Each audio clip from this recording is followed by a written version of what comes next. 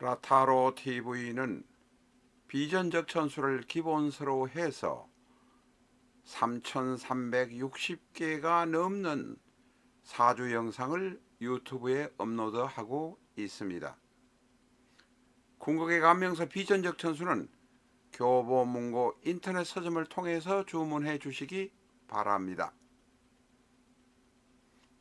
비전적 천수는 A4형 크기로 총 660페이지입니다. 그리고 편집은 처음부터 끝까지 60간제의 기둥을 기준으로 해서 갑자, 갑인, 갑진, 마지막에는 개해까지 기둥을 중심으로 해서 편집을 하였습니다. 사주 초심자라도 자신의 사주 명식만 안다면 그 기둥을 찾아서 쉽게 접근할 수 있는 것이 비전적 천수입니다. 사주의 원리, 역사, 격과 국의 이론, 천간의 이론, 지지의 합영충 해파, 신살, 수많은 사주 사례를 통해서 여러분이 스스로 사주를 배우실 수 있도록 도와드리려고 편집하였습니다. 수많은 엉터리 학원, 지멋대로 학원에 가서 엉터리 이론을 배우시고 사주라고 하시면 안 됩니다. 지금 비전적 천수 영상은 112회까지 올라가 있습니다만 실전적 천수 1기 영상 242개, 실전적 천수 2기 영상 586개를 활용하실 수 있습니다. 실전적 천수 몇 번 엔터 하시면 비전적 천수와 같은 순서의 자료들이 등장합니다. 충분하게 실전적 천수 영상으로 비전적 천수를 공부하실 수 있습니다.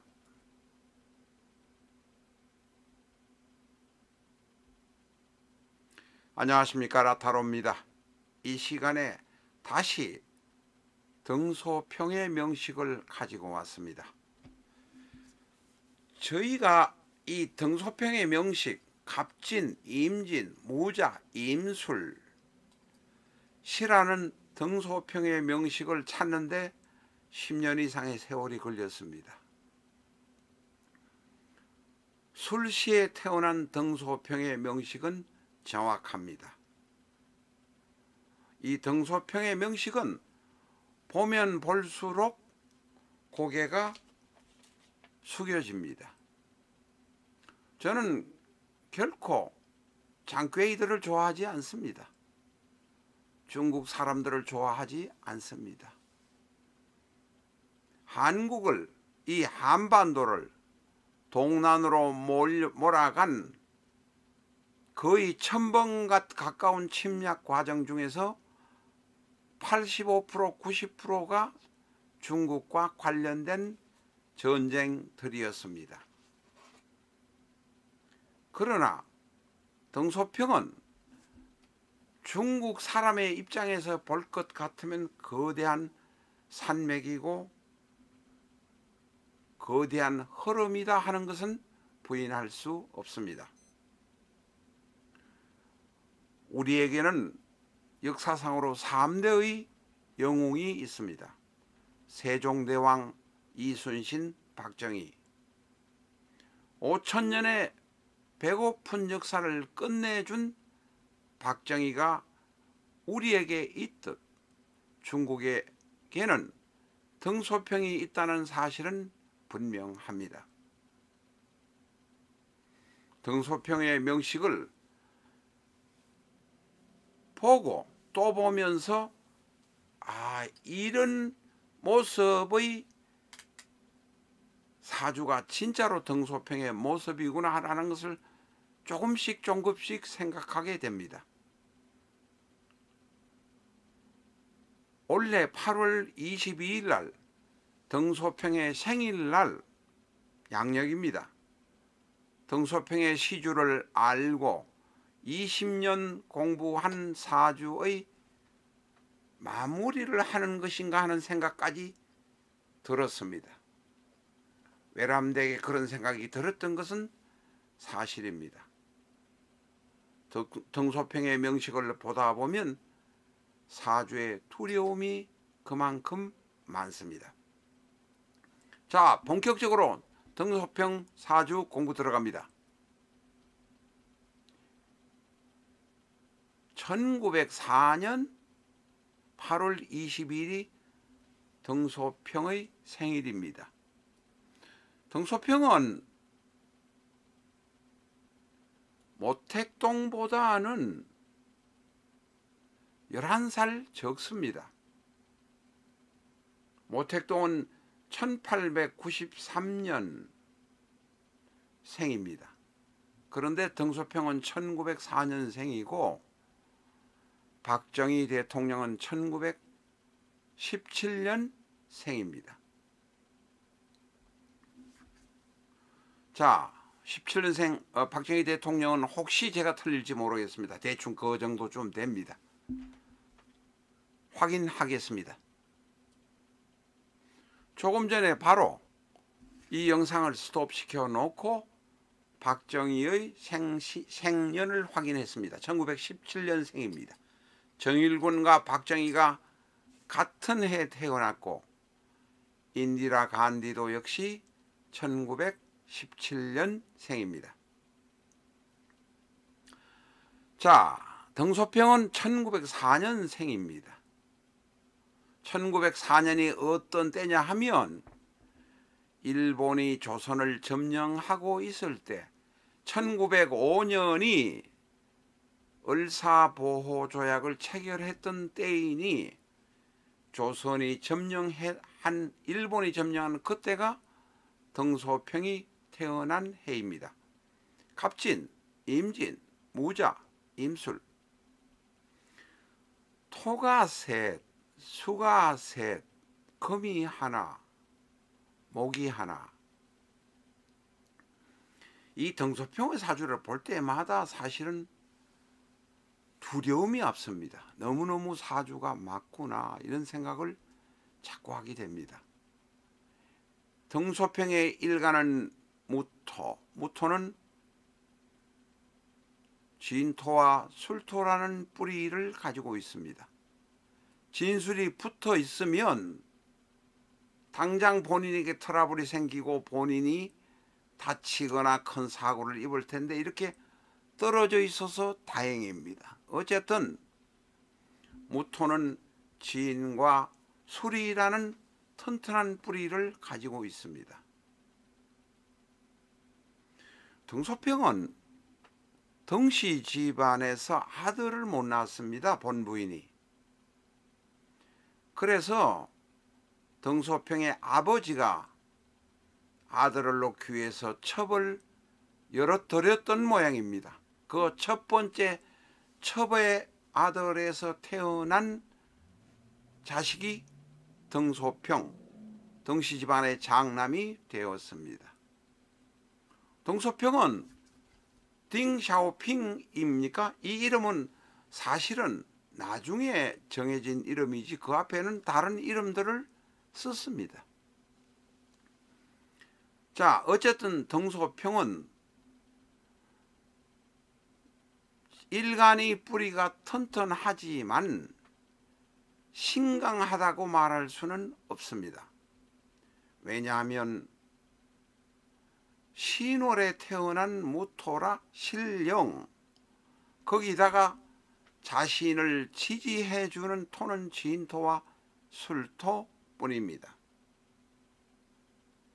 뿌리가 있어서 아무리 바람이 불고 넘어져도 다시 일어날 수는 있지만 약간은 신약한 사주입니다. 그렇기 때문에 풍상을 많이 겪었을 것으로 생각이 듭니다. 이 등소평의 명식에서 가장 강한 세력은 수입니다. 수는 임수, 자수, 임수가 있지만 신자진수국이란 이것이 바로 거대한 물을 이루고 있어서 이 사주는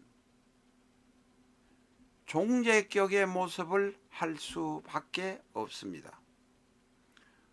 간목이란 평관이 있지만 종제격의 모습을 할 수밖에 없다 하는 것은 분명합니다. 가종제격이냐 종제격이냐 다투고 싸울 수는 있지만 종제격의 모습을 가진 것은 부인할 수 없습니다. 다시 말해서 중국이 흘러가는 방향, 모택동과 공산당의 세력들이 흘러가는 방향으로 등소평은 살아왔다는 것입니다. 등소평은 첩의 자식이기는 하지만 아버지가 많은 땅을 가진 지주였기 때문에 유복하게 살아왔습니다. 그리고 모든 일을 긍정적으로 생각하고 낙관주의로 생각을 했다고 합니다. 등소평은 아시다시피 키가 아주 적습니다. 1m 58이다 60이다 얼마다 하는데 정확한 것은 제가 지금 찾지 못하겠습니다만 모든 것을 낙관적으로 긍정적으로 생각을 했던 모양입니다. 등소평은 집안에 돈이 많아서 정치학을 혁명의 산실인 프랑스에서 공부하기 위해서 프랑스로 정치학을 배우기 위해서 유학을 갔습니다. 1904년 1900입니다. 4년이 1920년 등소평이 만 16살일 때 상해에서 프랑스 마르세유로 가는 배를 타고 공부를 하러 프랑스에 갔습니다. 우리가 등소평에 살아온 일생을 제대로 알아야 이 사람의 명식도 이해할 수 있습니다. 초등학교, 중학교까지는 충칭에서 공부를 하고 1920년에 상해에서 마르세유로 가는 비행기를 타고 공부를 하러 프랑스에 갔습니다. 프랑스에서 만 16세에 갔는데 만 23세, 4세 될 때까지 프랑스에 있었으니 정확하게 몇 년도에 프랑스에서 파리를 떠나 모스크바로 갔는지는 모르지만 분명한 것은 모스크바에서 24살 때 첫 부인을 만나서 결혼했으니까 파리에서 모스크바 대학으로 간 시점에 1년 정도 있다가 결혼했으니까 약 6년에서 7, 8년을 파리에서 공부를 했습니다. 그러니 우스갯소리 말을 하자면 우스갯소리가 아닙니다만은 이 오늘의 사주 간명과는 관계없는 이야기입니다만은 등소평은 영어보다는 프랑스어를 유창하게 잘했을 것으로 생각을 할 수가 있습니다. 이 프랑스에 있으면서 누구를 만났느냐 하면 자기보다도 6살 많은 주월래를 만났습니다. 주월래를 만나서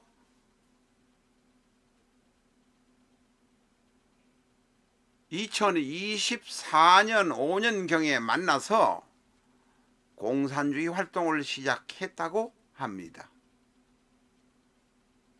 그러니까 그 시절에 벌써 한 4년 5년간 파리에 살았던 것입니다. 그렇게 파리에서 6, 7년 살다가 공산주의 이론을 제대로 배우기 위해서 모스크바로 갔고, 거기에서 만난 장시위안이라는 여성과 24살에 1928년에 결혼을 했습니다. 그러니까 덩소평이 1904년생이니 만 24세 때 결혼을 했습니다. 그런데 이 장시위안이 딸을 놓고 난 다음에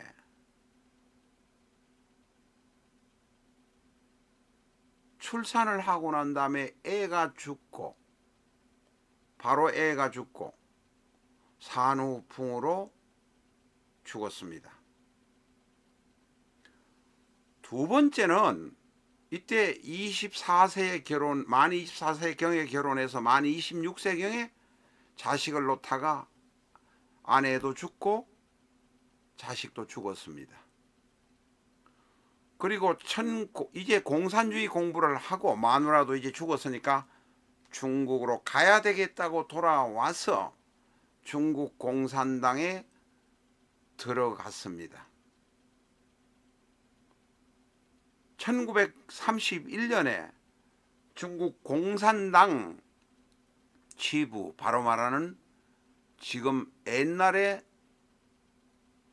동남부의 강서성에 있던 공산당 소비에트 지구에 들어가서 1931년에 결혼했는데,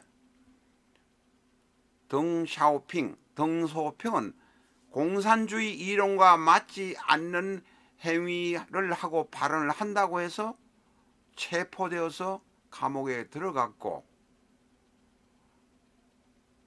8개월인지 1년 있다가 새로 결혼한 부인과 이혼할 수밖에 없는 상황이 되어서 이혼을 했습니다. 그리고 1939년에 그러니까 만 29, 30이 되어서 세 번째 여자인 쥐린과 결혼했습니다. 덩소평은 일생에 처가 3사람 있었습니다. 덩소평의 원국 사주에 보면 임신의 임, 무자의 자, 임술의 술, 재성이 셋이 있습니다. 덩소평의 사주와 결혼 3번 했던 것이 딱 맞아 떨어집니다. 물론 원국에 재성이 셋 있다고 해서 부인이 셋인 것은 아닙니다. 여러 처가 있었다는 것을 의미한다 정도로 이해를 하시기 바랍니다. 그런데 이 재성의 세력이 대단히 강합니다. 이 재성이란 건 처이기도 하지만 사회적인 업적이기도 하고 일간이 무토라 내가 겪어야 할 고초이기도 합니다. 이 덩소평의 사주는 임수가 둘, 지지의 신자진 수국 삼합이라 어마어마한 물이 이 판을 지배하고 있습니다. 그렇다고 해서 일간인 무토가 뿌리를 술토 무토에 가지고 있으니 진토야 수국 안으로 휩쓸려 들어갔다 말았다 한다고 해도 일간이 튼튼하기 거지없는 것은 분명합니다.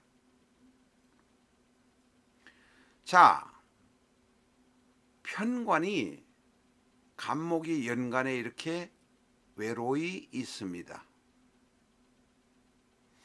초년에 보면 그렇게 고통을 많이 겪어도 토생금 검생수 수생목으로 통관이 됩니다. 버텨서 살아갈 수 있다, 이런 의미가 됩니다. 그러나 분명한 것은 화가 없기 때문에, 화는 인성이기도 하지만 육친으로 보면 인성입니다.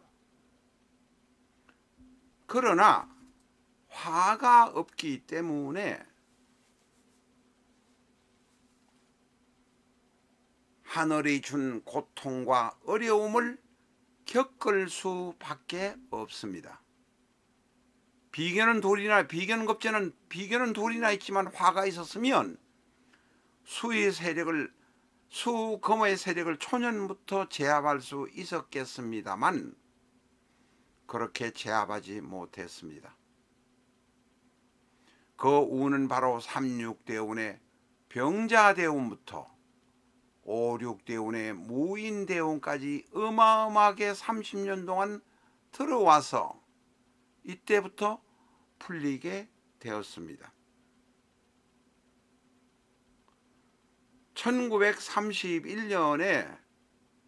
1939년입니다.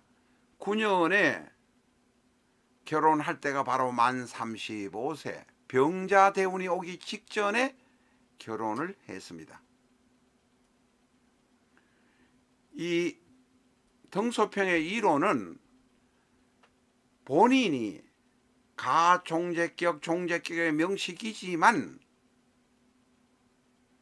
천간표리가 있어서 스스로 수보다는 약하지만 버텨내겠다는 마음가짐을 갖고 있었습니다. 그것이 바로 천간표리로 인한 등소평의 마음을 알 수 있습니다. 우리나라 요사이의 정치인들을 보면 기가 막힙니다. 검사 노릇을 하며 기두목 서방 노릇하고 술집에서 왔다 갔다 하는 여자를 데리고 산 와이시란 사람도 그렇고, 사기란 사기는 다 치면서 자신을 도와준 성남의 토착민들, 외지로부터 들어와서 가난해서 성남에 토착했던 사람들의 신세를 갚는다고 모든 불법의 눈을 감아주는 이모씨라는 인간도 그렇고, 그에 비하면 정말로 등소평은 큰 대륙과도 같은 느낌을 갖습니다. 이렇게 얘기하다 보니까 우리나라를 비하하고 등소평을 너무 치켜 세우는 것 같습니다만은, 인간 덩샤오핑의 입장을 본다면 분명히 훌륭한 사람은 틀림없습니다.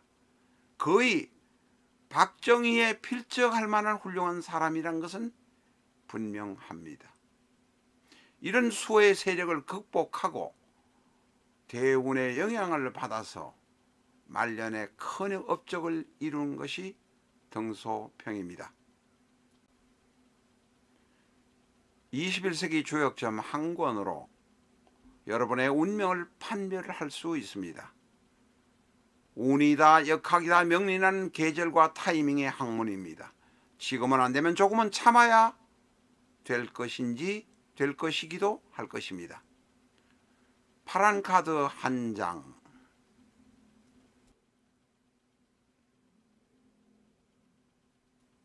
빨간 카드 한 장으로 점을 보는 점단 행위는 끝났습니다. 해당 페이지에 들어가서 운을 보시고 움직일 것인지 움직이지 않을 것인지 결정하시면 됩니다. 384케이스의 경우가 있으니 파란 카드 한 장, 빨간 카드 한 장으로 그것을 충분히 아실 수 있습니다. 파란 카드 중에서 16매를 사용해서 상대의 마음 알아보기 하실 수 있습니다. 이 영상을 스톱시켜 놓고 공부를 하시면 되겠습니다.